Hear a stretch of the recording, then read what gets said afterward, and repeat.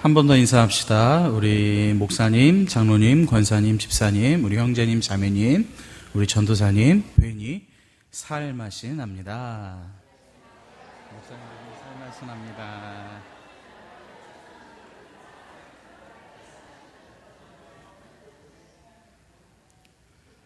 지난 한 주간은 너무나도 행복한 시간을 보냈습니다. 교회에서 허락하신 휴가의 기간을 지난주 예배가 마치자마자 여기서 이제 정리를 다 끝내고요. 옷을 미리 갖고 와서 완전히 사복으로 탈퇴를 한 다음에, 말이 좀 이상하게 나갔네요.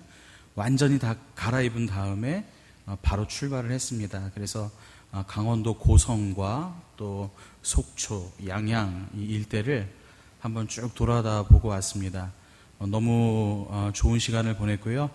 아이들과 함께 사실은 가는 날 가자마자 태풍과 비와 엄청난 폭우 속에서 지내다가 수요일 날 이제 올라오는 날 햇볕이 쨍 뜨는 거 보고 다시 서울로 돌아왔습니다. 그러다 보니까 너무나도 신기한 장면들을 본 거예요. 저는 파도가 그렇게 무섭고 장엄한지를 처음 알았습니다. 태풍이 부는 바닷가에 나가본 적이 있어야죠. 근데 그 태풍 고니가 올라올 때 엄청난 파도와 함께 엄청난 물보라, 그 다음에 또 엄청난 거품들이 막 올라오는데요. 여러분 속초 앞바다 아시죠? 속초 앞바다 이렇게 딱 주차장에서 내려가면은 바로 횟집이 하나가 있습니다.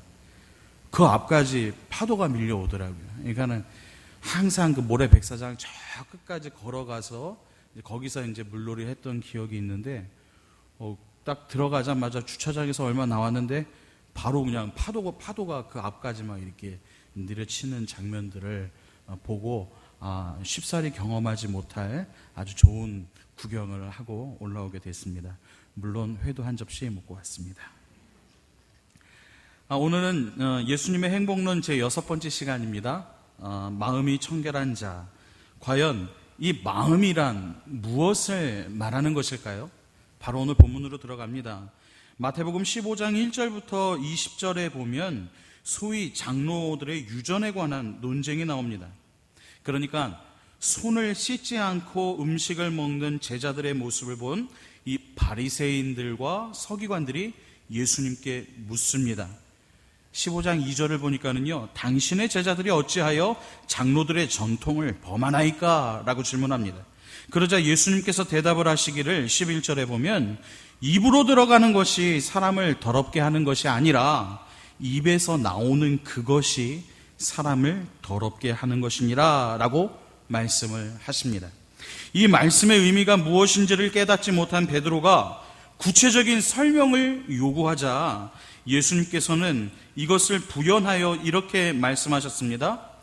입으로 들어가는 모든 것은 배로 들어가서 뒤로 내버려지는 줄을 알지 못하느냐라고 이야기를 하셨죠. 계속해서 말씀하시는데 그 다음 말이 중요합니다. 18절과 19절에 나오는 이야기인데요. 뒤에 나가면 있어요. 제가 한번 읽어드리겠습니다. 입에서 나오는 것들은 마음에서 나오나니 이것이야말로 사람을 더럽게 하느니라. 마음에서 나오는 것은 악한 생각과 살인과 간음과 음란과 도둑질과 거짓 증언과 비방이니라고 말합니다. 자, 위의 말씀 가운데에서 예수님께서 강조하고 계신 단어가 하나가 있는데요. 그것은 바로 마음입니다.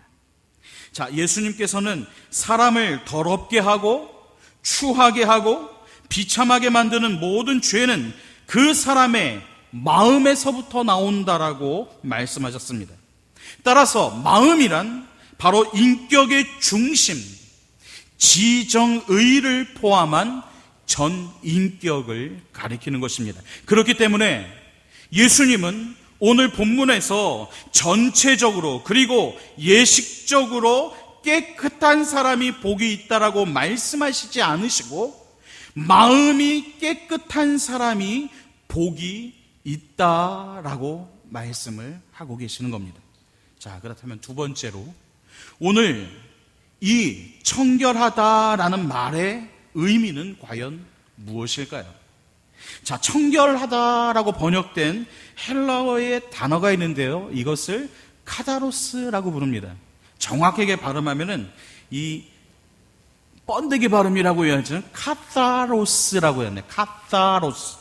자, 이 카타로스라고 하는 이 말은 깨끗하다, 순결하다, 정결하다, 거짓이 없는, 그리고 섞임이 없는 이라는 뜻을 가지고 있습니다.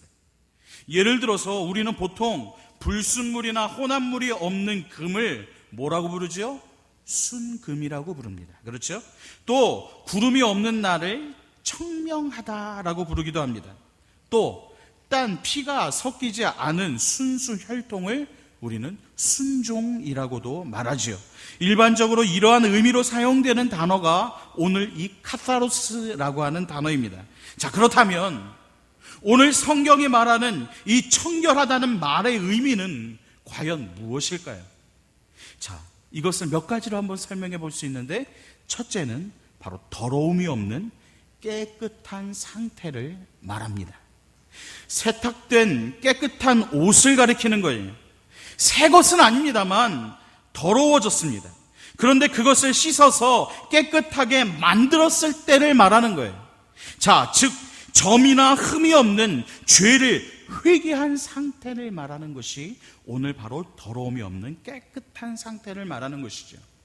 그러니까 우리가 입고 있는 이 옷도 입고 있으면 하루만 지나면 저 같은 사람들은 여기 때꾸정물이 절절 낍니다. 자, 그러면 이 옷을 벗어서 어떻게 하죠? 세탁을 합니다. 그러면 이 옷은 한번 입었던 옷이기 때문에 이 옷이 새 것이 되지는 않아요. 그러나 깨끗한 상태로 세탁을 할 수가 있다는 이야기죠. 오늘 바로 이러한 회개의 상태를 말하는 것이 더러움이 없는 깨끗한 상태다라고 하는 것입니다. 자, 두 번째, 섞이지 않고 혼합되지 않는 바로 순수한 상태를 말합니다. 여러분, 우유가 있어요. 이 우유에 물을 탔다면 그 우유는 순수한 우유가 되지 못하겠지요. 다른 이야기를 한번 들어볼까요? 여러분들이 잘 드시는 참기름에 대한 이야기입니다. 자, 이 참기름을 짰습니다. 그런데 좀 양이 적은 것 같아서 거기다 물을 좀 탔습니다. 섞었습니다. 자, 그러면은 이 참기름이 순수한 참기름이 되지 못하는 것이겠지요. 우유 그대로, 참기름 그대로를 순수하다고 말합니다. 이는 바로 거짓과 외식과 위선과 이중성 등의 이 영적인 가면을 쓰지 않는 것을 말하는 것입니다. 이것이 바로 카타로스라고 하는 거예요. 자, 세 번째로, 마음이 갈라지지 않고 나뉘지 않는 상태, 즉 한 마음을 말하는 것이지요. 오늘 이것이 바로 우리 모두에게 필요한 덕목이고, 또 이것은 바로 우리 늘사랑교회와 또 이 나라와 민족이 우리가 추구해야 될 하나의 목표요 지향점이 되어야 할 것인데, 이것이 바로 한 마음의 상태를 카타로스라고 부르는 겁니다. 이는 도덕적으로 겉과 속 사이에 모순이 없는, 즉 내가 믿는 것과 행하는 것이 하나가 되는, 바로 말과 행동이 일치하는 정직성을 말하는 것입니다. 영적으로는 두 주인을 섬기지 않는, 즉 분산되지 않는 일편단심과 사랑과 충성을 말하는 것이죠. 자, 그렇다면 오늘 이 마음이 청결해지는 방법은 무엇이겠습니까? 더러워진 몸은 씻으면 되고 더러워진 옷은 빨면 되는데, 죄로 말미암아 더러워진 우리의 마음은 과연 어떻게 해야 깨끗하게 될 수 있을까요? 이 문제를 해결하기 위해서 어떤 사람들은 종교를 찾습니다. 어떤 사람들은 수행을 하기도 하고요, 또 어떤 사람은 자기 자신의 육체를 제어하면서 심지어 고난을 당하는 고행을 하기도 합니다. 그러나 아무리 깊은 산 속에 들어가서 수도를 한다고 해서 우리 안에 있는 이 더러운 죄들이 없어지지 않습니다. 아무도 살지 않는 무인도에 혼자 산다라고 해서 우리의 마음속에 있는 이 악한 생각들이 사라지는 것이 결코 아니라는 말입니다. 혹 이러한 것들이 어느 정도는 마음을 깨끗하게 하는데 우리가 도모가 되어질 수도 있겠고 유익이 있을지는 모르겠습니다만은 그 근본적으로는 해결하지 못하는 이 죄의 문제가 여전히 남아있다는 겁니다. 왜냐하면 타락한 인간은 근본적으로 이 모든 것들을 자정할 수 있는 능력이 없기 때문입니다. 그렇다면 이에 대한 해답은 과연 무엇이겠습니까? 이에 대해서 오늘 성경은 우리에게 무엇이라고 증언하고 있습니까? 그것은 오직 예수 그리스도밖에 없다라고 말하고 있습니다. 예수 그리스도께서 십자가에 흘리신 그 피밖에 없다는 것입니다. 이에서의 성경은 우리에게 이렇게 증언을 합니다. 한번 들어보시겠습니까? 너희가 알거니와 너희 조상이 물려준 헛된 행실에서 대속함을 받은 것은 은이나 금같이 없어질 것으로 된 것이 아니요 오직 흠없고 점없는 어린 양 같은 그리스도의 보배로운 피로 된 것이니라 라고 말합니다. 이것이 바로 베드로전서 1장 18절과 19절에서 우리에게 말씀하는 겁니다. 또한 히브리서 9장 14절에 보면 하물며 영원하신 성령으로, 같이 한번 읽어볼까요? 시작.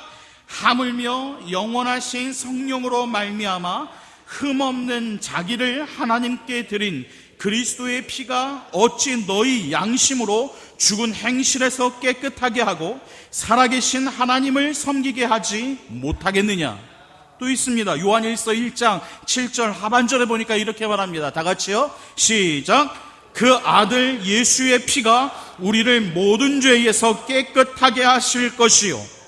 자, 오늘 여기서 얘기하고 있는 것은 바로 오직 어린 양 되신 그 예수 그리스도로 인해서 우리가 흠없고 완전하게 된다는 이야기입니다.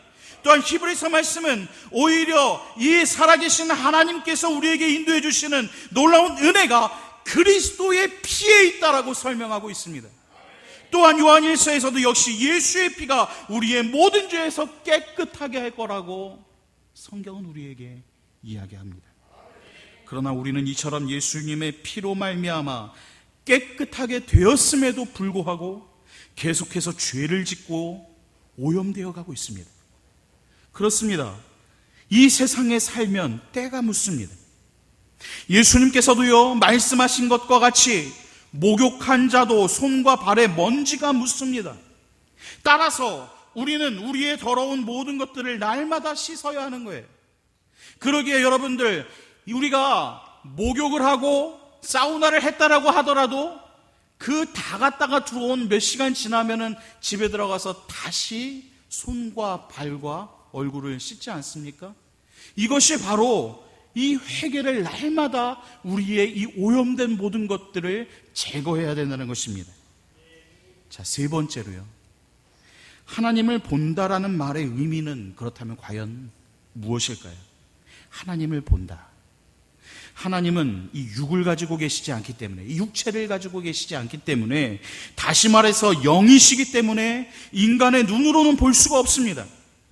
구약에서 나타나는 하나님을 보았다라고 하는 이 말은요, 하나님의 영광, 즉 구름을 보았거나 하나님의 천사를 본 내용들이 다입니다.